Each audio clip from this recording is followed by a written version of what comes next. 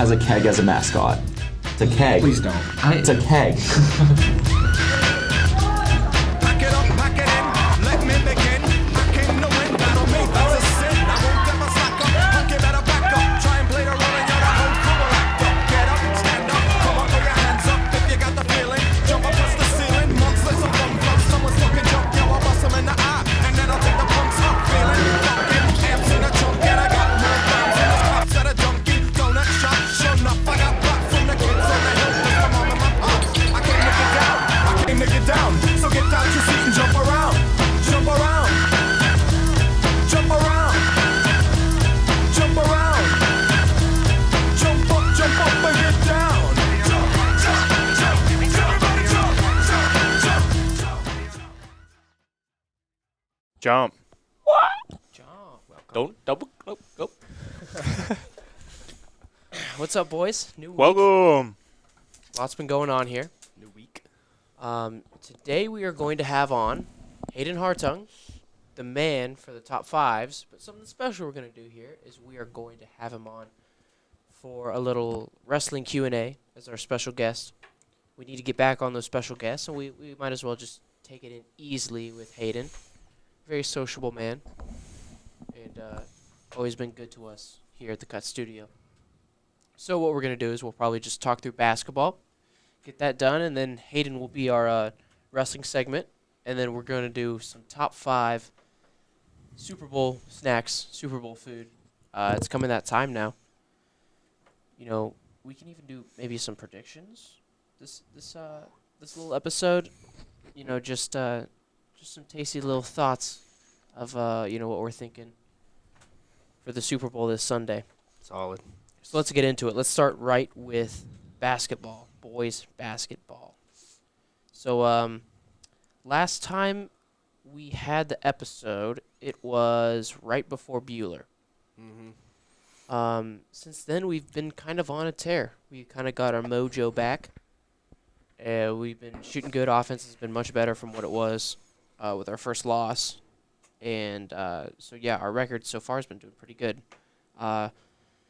Kaysen, do you want to talk about Bueller a little bit? Bueller, that was definitely outside of Hillsborough. I would say that was probably the toughest team that we had faced in terms of just raw talent. I mean, they had Jack Voth, who was a 6'6", I'd give Is him it a 6'6"? 6'6", junior, could score from multiple levels. Isaiah Hernandez, senior, who's a good point guard, could facilitate well, and just some really good glue kids. For 4A, I mean, that's a legit program. They're coached well. They buy into what their coach wants them to do. They're well coached and they're good players. But it was just nice for us to come out with a win while shooting 0 for 14 from the 3-point line. Yes, we went over 14 from the 3 and still beat number 3 in 4A, Bueller. And Bueller's been hot, along with Hutch. That area has been actually Big time. playing pretty well in basketball. Hutch beat who? Derby? Yeah, Hutch beat Derby. They've won about 6 of 7. So they've been sitting pretty good. But on to the next week, we play I can't remember what Pratt was ranked in 4A. They were fourth in 4A, I think. Yeah, some rankings said 4th in 4A. Went up against them, 3rd place in the CKL, and we really put it to them. Oh, yeah. So much to where there was running clock 1 point in the fourth quarter. It was a 28-point win, I think. Yeah, and Pratt had some athletic guys, very big guys too. And they played pretty physical, I would say. But we got it done. Shot a lot better. And really took care of business. In Pratt on a Tuesday night, which was very, very Rough trip. very, very rough trip. That was a game we played, and we played it an hour early because there was also going to be snowstorms later that night, which canceled a couple of days of school for us later on. Looking on from there, we played Lions. Am I correct? Yep. Lions at home. Finally a home game after a couple games stretch away. Yeah. And another game where we kind of just took care of business. Came out hot. I mean, that was the team last year that gave us our only loss, and we were frustrated with that, and we just wanted to I think we really wanted to put it to them to start that game, and we did. Something that we've struggled a little bit with after our loss, even during our loss, is just kind of scoring the basketball. For sure. I mean, just not even necessarily like efficiency. I mean, that's definitely that's definitely still a struggle, but I think that just getting the ball in the hoop for us is just. I mean, we are a 60, 65, 70-point team a game, but right now we're just not quite hitting that benchmark, and I think that sooner or later things are just going to start clicking and the gears are going to turn and it's just going to all flow. We're going to start shooting the ball better is my prediction. I mean, we talked about 0 for 14 from 3 at Bueller, and we picked it up a little bit at Pratt, but we're just not where we can be. Like, we have some true shooters on our team. Yeah. And not just true shooters, but and then back to that thing about meeting that 60, 70-point benchmark. Those true shooters can score on all levels, from jumpers to threes to posting up, literally anywhere. Our starters and a lot of our bench can do that as well. So Yeah, simply put, with these games, we're getting the job done, beating teams by a hefty amount. But yeah, I'm with you guys. I feel like there's an extra step that we can take to where, we can play with the way we want to play. yeah, and I mean sometimes that's just how the game goes.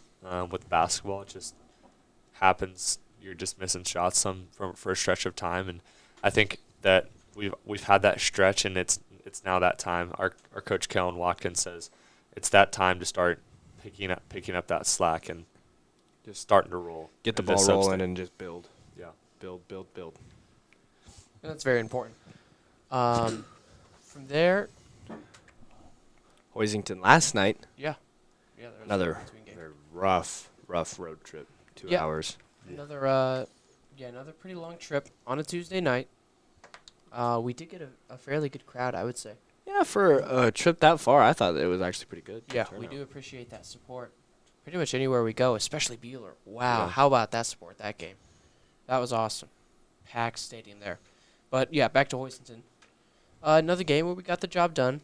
Another kind of like rolling first half, like great first half, and then just kind of like second half, it just didn't quite come. Yeah, exactly. The biggest takeaway from after that game was that, we're obviously getting the job done. We're good enough to beat these teams like that, but there's a little more consistency and focus that we just need to get going with. Play a full game, and it's tough to do. Again, Tuesday night, Hoisington, Kansas. When you're up 20 as well at half, it's just like, all right. Yeah, and you see it a little bit from Hoisington too, in the fact that they're like, Yeah. why do we want to play the second half? Yeah. Sometimes that happens too. It depends on the teams, the coaches, the competitors that's on that other side.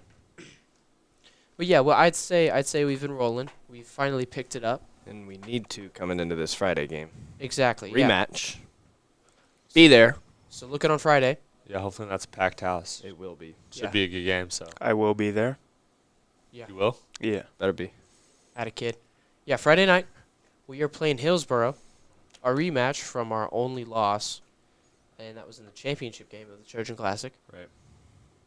Looking ahead to that, pretty much after that one loss game, the first thing we thought is, well, we have him again, Yeah. and we're not going to let the same thing happen. We're going to have to come out and put it to them. Exactly. It's Yeah. going to be a dogfight whether we want it to or not. It's not going to be easy, but we will be ready, believe me. Yeah, like I said, we've been rolling, but Hillsboro has also been rolling. They've played Pratt. They played Haven, Pete Haven Last last night. night by 30. and so they've been playing good as well. And I think that's perfect. It's going to be a perfect game. Both teams are just ready to play each other. It'll be very interesting and exciting. I'm pumped for it. I agree. I am too. And to I'm ready to glance back watch. a little bit on our first game at Hillsboro, I think that's kind of where we started on the struggle bus a little bit there. We didn't shoot the ball too well. We didn't take a lot of threes or shots beyond the 3-point line. Even shots beyond the free throw line, really. I can't really remember that many shots that were falling No. outside. Even outside then, the lane, really, and all even their points then- came from the paint, which is fine. But it was movement and it was flow of offense. I mean, I think that game was really where our offense started to just yeah, tense up and struggle. And I think that since then we've loosened it a little bit, but these next 2 days of practice need to be intense and they need to be ready, getting us ready to go for Friday. Absolutely. so hopefully we can hit the brakes on that struggle bus and Yeah. unload. And especially, you know, we can't slow down at all because not just Friday is important, but also Right. next week we have a Monday game with our defenders, Tuesday game again at home, I believe, and that would be Senior night. senior night against Halstead. Halstead, and then Friday, which is at Larned, and then the week after that starts Substate. Am I correct? Or do we have no? Haven? We have Tuesday, We have a Tuesday game at Haven. and then We're the week off, after we start. and then we go into Substate. So it's really going to go by So quick. we got 2-ish weeks. Yeah, it's going to go by in a blink, and we got to get ready for it because, yeah, it's going to get crazy now. Yeah, for sure. So And our sub-state ain't easy. So Oh yeah, Exactly. absolutely. I'd say it's toughest sub-state in the state. Number 1 ranked Cheney, us Number- number 3 ranked in And then 3A, 6th ranked collegiate. and 6th ranked Collegiate. A Haven team who is 7 Sneaky. 7-4 maybe. Sneaky. No, They've played more than that. they've but played a lot more than 11 games.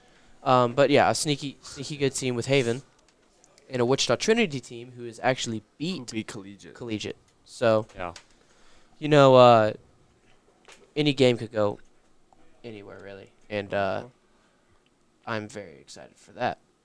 So be exciting. roll it over on the girls here. Yeah, we After break, after their loss to Eureka, they've really been rolling. Haven't lost a game, I don't believe. They Yeah, they've been beat rolling. took on Remington in the 3rd place game, and then same as us, they went.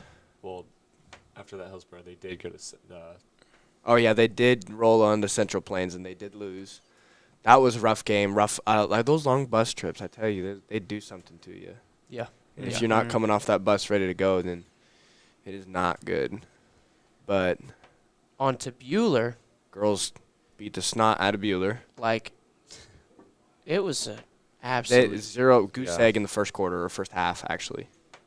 They really showed it to Bueller. They did. Sure. Well, who's after Bueller? Pratt. Pratt. Beat Pratt. Girls played really good at Pratt too. And Pratt was a second seed in the CKL at that point, and they really, those girls really showed them what's up, Mm-hmm. and that put them in a good spot. You know, when you look at CKL rankings, especially when we beat Lions was the next game, right? Yeah, Lions. That was. I would say that they probably wouldn't be happy with the ending of that game, just because they don't. I guarantee a lot of girls didn't think they played well. But Yeah. I mean, at the end of the day, it doesn't matter. As long as you get it done, Yeah, doesn't for- matter who plays well. Like I mean, I can attest that there are games where I do not play well, but as long as we get the job done, like I know I need to come out and play better the next time, and I think our girls know that, and it's just may have a bad game, but we got the job done. Let's roll into the next game. Yeah, from what it looks like and sounds like, they probably kept it a little closer than what they wanted to. But again, you know, with a team that physical as Heston, and you know, just the intensity that they play at, you know, you're probably going to get some of those teams' best games. Like Lions, they're probably going to raise their intensity and make it a junkyard battle. But at the same time, with those girls' team, when you're playing against Heston, some teams might also roll over, Yeah. like a Bueller. So, just like us, the girls took care of business on Tuesday as well in Hoisington. Yeah. They'll have rough games from here on out. Maybe the defenders, not sure, but Hillsborough will be good. They've got some athletes for them, Yes. just like us. And they're gonna. Halstead girls next Tuesday are going to be Halstead girls beat Hillsborough girls actually, Yeah, Halstead is. and then Larned. Good team. Not quite sure what that's going to look like for the girls, and then rolling on. Haven actually beat Hillsborough last night as well for the girls' side. So Dang. girls do not have an easy schedule coming back. And then you talk about the sub-state. Very, very good sub-state One for of the girls toughest as well. sub-state for girls too. So, again, I mean, you're going to get couple weeks where you're not practicing very much at all. You might play more Yeah. games than you have practices, and it's all in good fun. Let's talk about the JV boys a little bit too. What they've been in the JV tournament in Hillsboro, they beat the first two teams, and I can't remember who the first two teams were, but they will be playing this weekend in the morning against Havens JV, I believe, in the championship of that, and that's a game where you I think that's a tournament where the JV kind of takes care of business every year. Yeah, and I think program speaking, I think we're 50-1. Wow. I think. And our only loss is our varsity again. Yeah. Yeah. Last year we were undefeated except for our varsity, which is nuts. Don't quote me on that. It's around 50-1. Yeah. Approximately. But yeah. Dang. Yeah. And last year we were undefeated on JV and C levels. We won the varsity. And the year before that, we were undefeated on JV and C levels, I think, too. And our varsity was 2 22 and 1, I believe. Or no, yeah, 2 losses, Yeah, because 21 we lost and 2. in Hoisington Yeah. and then the sub-state final. Yeah. Yep.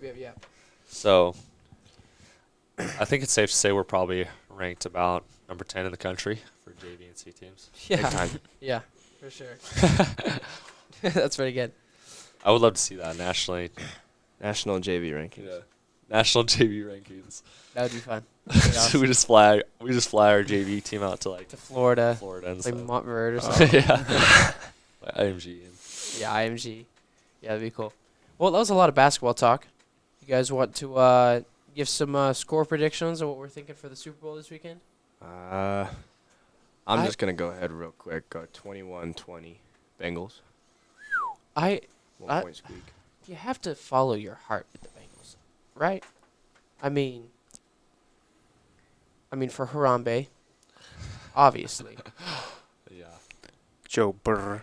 Yeah, one thing that So shiesty. I thought a lot about how you think about this Bengals team, and it's like, do you think these guys are going to crumble in the moment? I mean, there's a lot of players on the Rams team who have like been there before. Yeah. I mean, just a couple years ago, but at the same time, I mean, Joseph Burrow, he's Yeah, already been to the national championship. He's been there. And at the same time, the Bengals have more of like the chemistry type thing going for them. The Rams kind of recruited out all their guys, and within like a year, I would say, honestly. Yeah. Off season and trade A year or deadlines two, and- yeah. Mm-hmm. I think the Bengals have my heart. I'm gonna take them. As much as I want Matthew Stafford to win a Super Bowl, I think Yeah. the Bengals are gonna take it. Honestly, this is America's game. I don't really think it matters very much for people who wins. Except obviously the Cincinnati fans or the Los Angeles fans. Mhm. But Yeah. other than that, outside those areas, I think everybody's just happy that yeah, that this is a Jackson good Super Bowl. Mahomes and Patrick Mahomes' wife. Yeah. Something going around. That could be a whole nother segment Oh, we could yeah, talk we into, We talked on that for hours. but sadly we got to get over to Hayden. Okay, let's do score predictions. Kason said, 21-20? Let me hit a 34-27 Bengals. Dang, high scoring game right there. I got 21-24 Bengals. We'll go 21-24 as well. I think it's gonna be up to a field goal. Yeah, I could agree. with that. McPherson's going to hit the field goal. I do have a He is feeling. on fire. Yeah, he's Has he doing missed good. one this year? Nope. I don't even know. I don't Yeah, think he so. did. You- One. This year? Oh, man, you guys should have seen the Bengals Green Bay game. You remember that one where Oh yeah, they missed like Oh, 10 field goals? that was Uh-huh. horrid. That was rough, but But he hasn't missed one in the playoffs yet. yeah, I think I you're know right. that for a fact. I think you're right. Yeah. Okay. Well, now we'll get on to wrestling talk and a little more chit chat with Hayden. Here he is. We have Hayden Hartung here, and Hayden is going to be our special guest. He's also going to be our top 5. We haven't had a wrestler on. I mean, Ryan's a wrestler, big time wrestler. Nah, I want to say big time. I'd call him big time. He's the only wrestler on the podcast. So, and then a bunch of basketball players too. So we'll ask Hayden some wrestling questions. Hayden, how long have you been wrestling? It's my third year. Started my freshman year. Okay.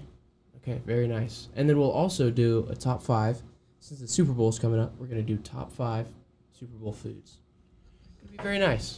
You can also see we have one mic here. It's a happy mic. It's a happy mic. We're just going to pass it around. It's like those talking chips. If you got a question, just grab the mic. And we'll work with that. So, we thinking about starting with top 5 or interview? Let's start with interview. Interview. Interview. Okay. So, Hayden, she's been going good so far. What's been your favorite part of the season so far? Having almost 1,000 record currently. That's nice. Almost 1,000 record. I am, let me find it. 15-10. It's pretty good. Oh. So describe 1,000 record. What is it? Why does it say 1,000? Or what does it mean? By So a 1,000? 500 record is being even with your wins and losses, and a 1,000 record is having the double amount of wins than losses. So you got to get 20 and 10. Okay. Yeah, I had it at one point in this season, and then I don't anymore. Okay. One thing I do when I ask is are those singlets uncomfortable to wrestle in?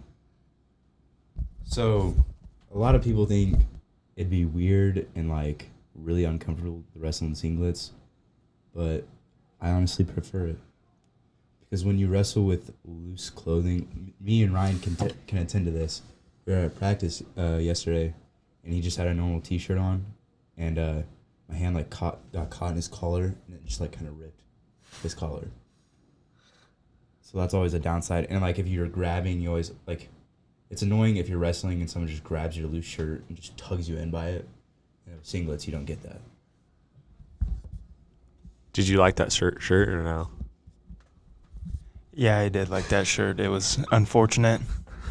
But I also have a question. Going into Circle, pretty tough tournament. How was that? How'd you come out? Well, I got 6th. I have a 16-man bracket, so that means 10 people are worse than me. That's You were also the only one to make it to the second day. That was a little unfortunate that none of my teammates could come to the second day with me. I had a practice with Parker on the mats. That was Hey, I would have been there, but they decided to wrestle that that round. last round. So if you guys don't know, with a 16-man bracket, it's usually a 2-day tournament, meaning you could have a total of 6 matches, and you'll wrestle the first 3 the first day, and potentially 3 the second day, depending where you're at in the bracket. And with a 16-man bracket, it's double elimination, meaning your first loss, you go to the backside, and if you lose again, you're out for good. So on the first day, there was like six of us that went, and I was the only person that didn't lose twice the first day, and all my other teammates lost twice. So I was the only one to make it to the second day. Wow. One thing I do when I ask is I don't think we've had a state qualifying wrestler. Did Owen go to state? So with COVID, he went to sub-state, which never happened before. That's the only year sub-state has been a thing. It's normally league, regionals, and then State. and if you get top 4 at regionals, you go to state. But because of COVID, they basically broke up regionals into states and state into like 2 different places. So you went league, which mattered, and if you got top 4 there, you'd go to regionals, then sub-state, then state. And league, so regionals is a 2-day, and so is state. So basically, league was the first day, regionals was the second day of normal regionals. Sub-state was like the actual first day of state, and then if you were really good, you went to.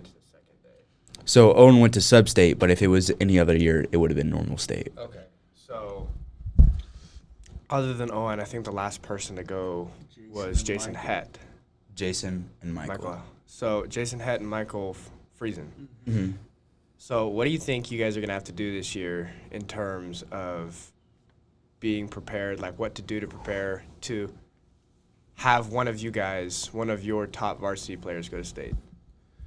Well, just really practicing like you wrestle, because if you practice slow and aren't really trying during practice, that's just going to show in an actual match.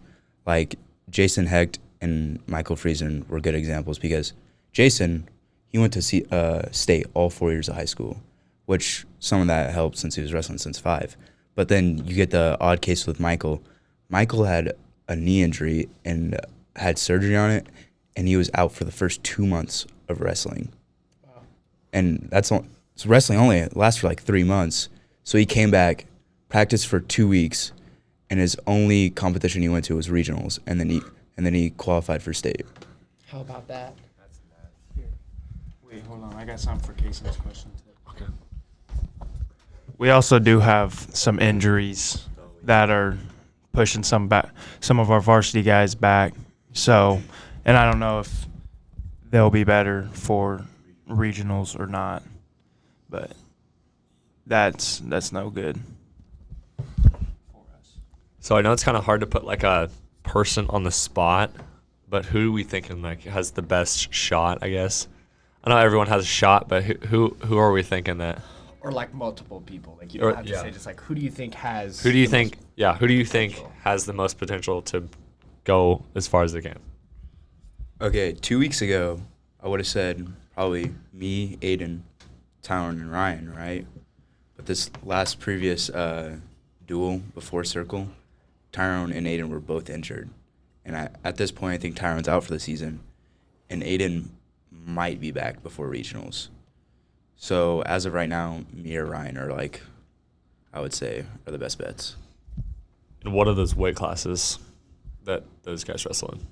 So I wrestle at 195, Aiden wrestles at 182, Ryan wrestles at 170, and Tyrone used to wrestle at 160, but he's been slimming down and he went down to 152. Wow. So he's been weighing like 148 after practice. So when do you have to kind of like lock your weight class in terms of like, so is it like you have to have this set weight at league to go on from sub-state? So that's a really good question. At the beginning of our season, we have this thing called alpha weigh-ins, and before the first day of practice, everyone has to step on the scale. So my alpha weigh-in was 207, and so it's state regulated because in previous years, like in the 90s or 2000s, there were kids just like trash bags running in heated rooms, like. That's where it was unhealthy. Yeah, it was really unhealthy. So Keisha has regulated that now, and you can only drop 8% of your alpha weigh-in. So your first ever weigh-in, you can only go 8% below that of your body weight, unless you get a doctor's note. So for me, since I weighed in at 207, I could only lose like, I think it was like 12, 15 pounds. So there was no chance of me going to 182. I could only be 195.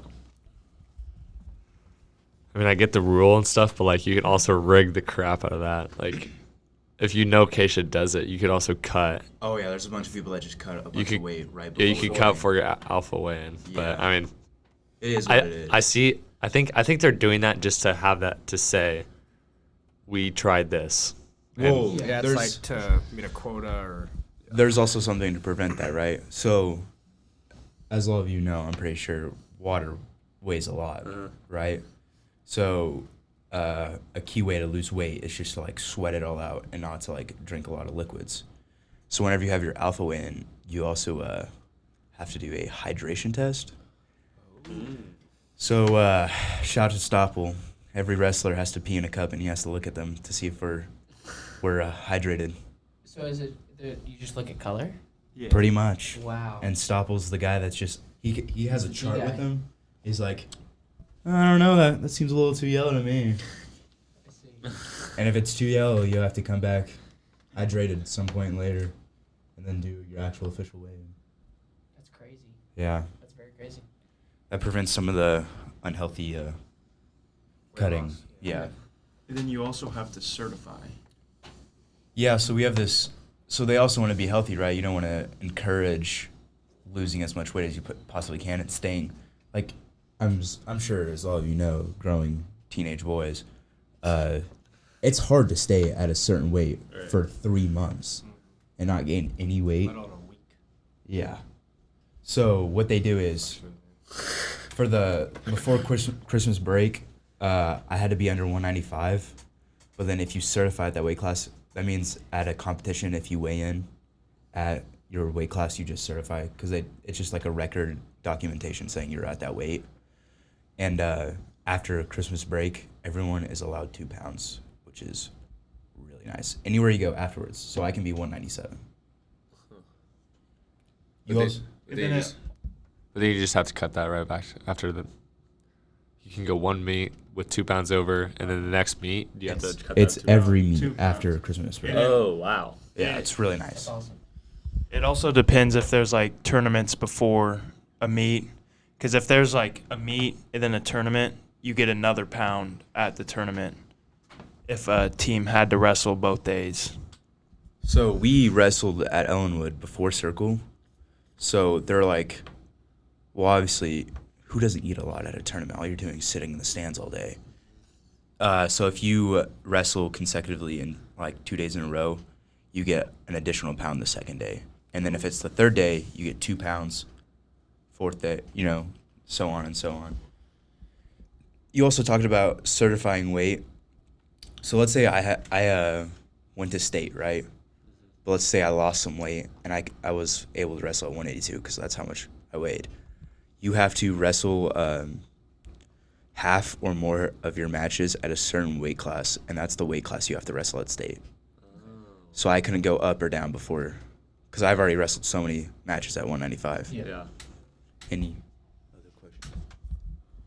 questions? So for non-wrestlers, I feel like how much a pound is kind of hard to put into context or to think about. It's like, what's the best way you could put that 1 pound into context in ways like meal or like how much you drink and liquids? That's a good question. A good example is, so last year we had a duel with Halstead, right? And Tyrone, he checked his weight when we got there, right? And at this point, he was wrestling for 160. He checked his weight before actual weigh-ins. He was 159.2. All right? So he was like, okay, I'm 0.8 pounds under. I'm chilling. You know those small Gatorades? Those small? He drank a little more than half one of those. And then when he weighed in, he was 0.2 over, and he couldn't wrestle. That's just to show how much, like, imagine one of those small, what is it, like 8 ounce Yeah, the 8 ounce. Gatorades. Like half of that is almost a pound. And I feel like it kind of is like how your body will take Oh, stuff yeah. like that. Because then if he didn't realize he was over, but if he would have checked, he could have just gone and peed, and then he would have been fine. It's one of those things. But I'd say on average, like a good practice, I'd say I lose about 3 pounds every practice. But then as soon as I go home and drink and eat, I'll probably be like, I'll gain 2 of those pounds back easily. I think that just depends on individuality because, like, my freshman year, I lost 20 pounds Wow. in the first 2 weeks of basketball. Yeah. And, like, ever since then, I gain 5 or 6 pounds within 2 or 3 days, and then we'll have, like, a rough practice or a game, and I'll just lose 5 pounds in, like, one straight game. That's it. Like, that's all it takes. I think a lot of it is just individuals and water weight and just how much you sweat, and that can also play into wrestling, too. Yeah, a little disclaimer there. Kason was a little chubby little boy. Yeah, I was. I'm just kidding. I'm just kidding. No, he really wasn't. But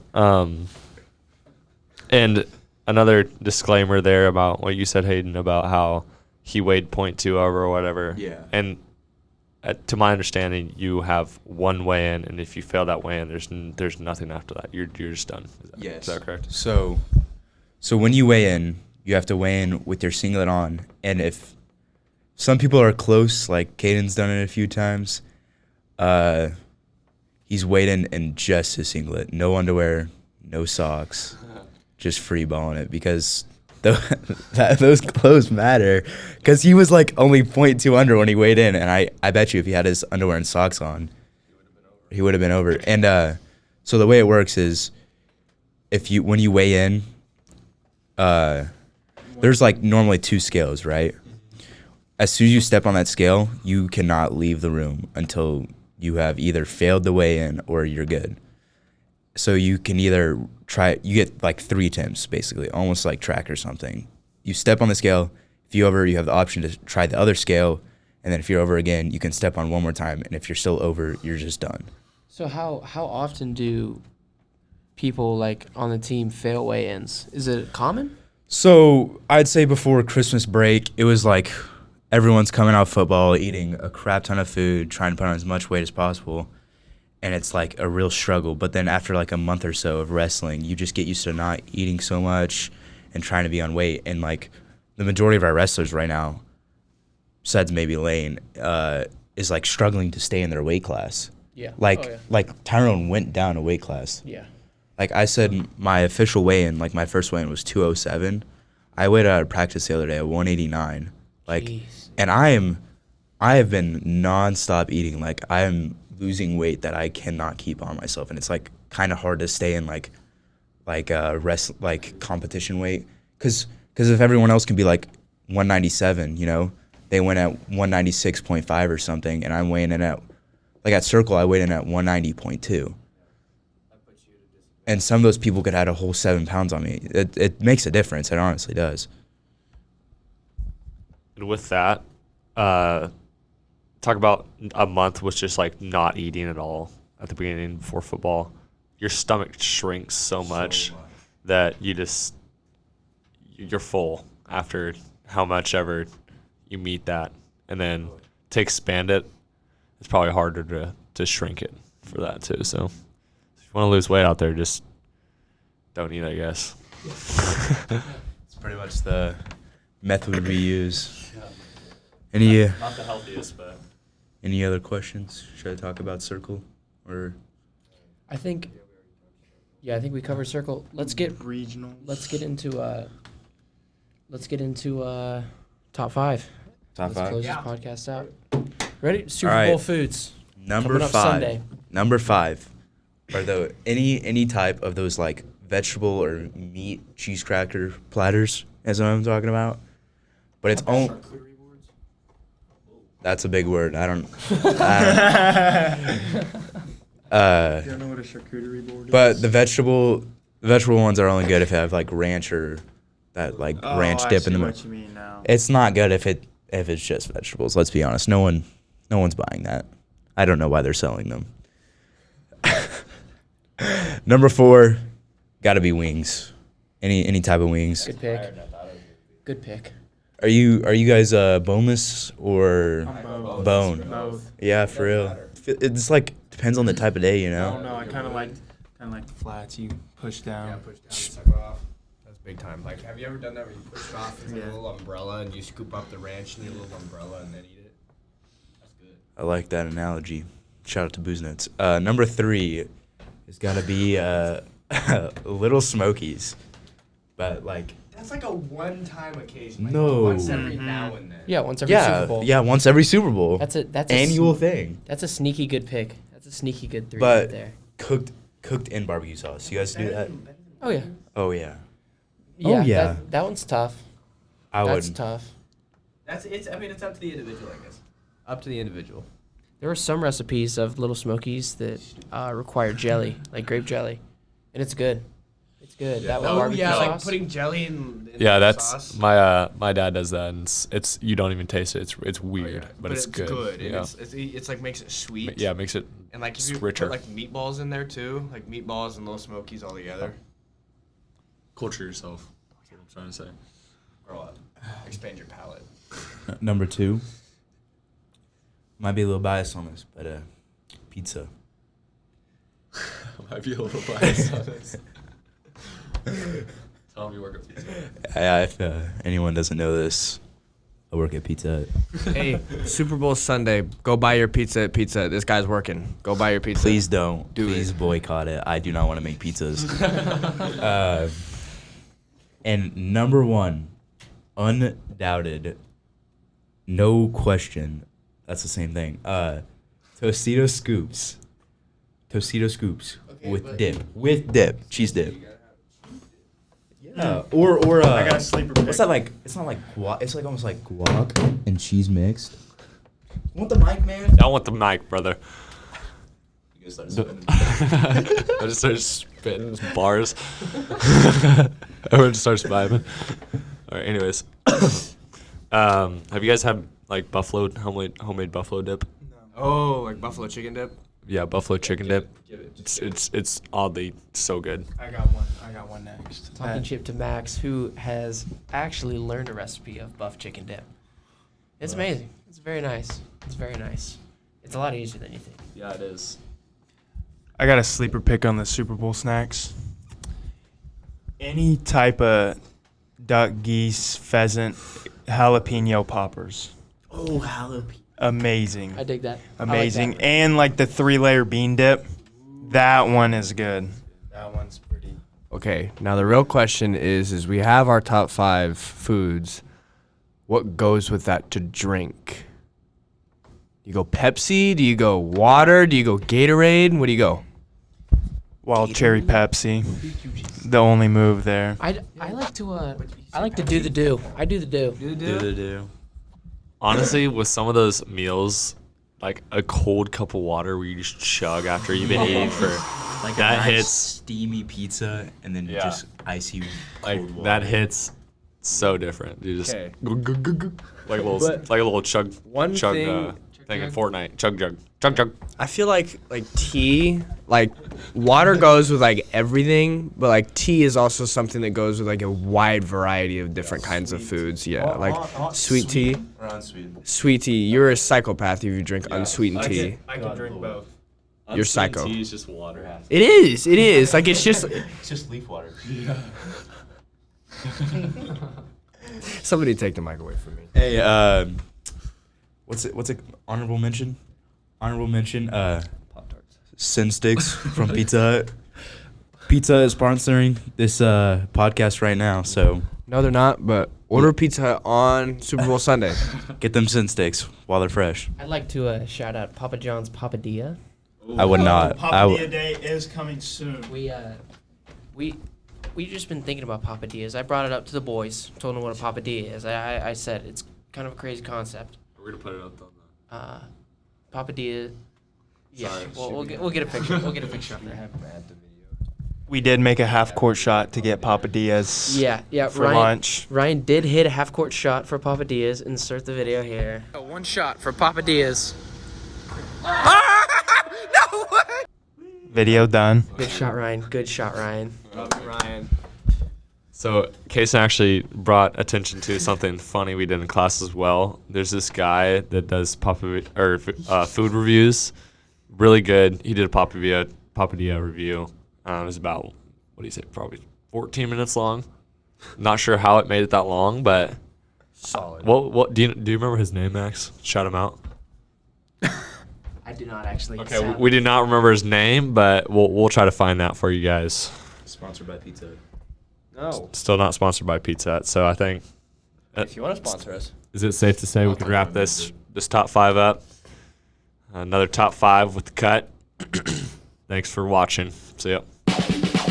Ocean man,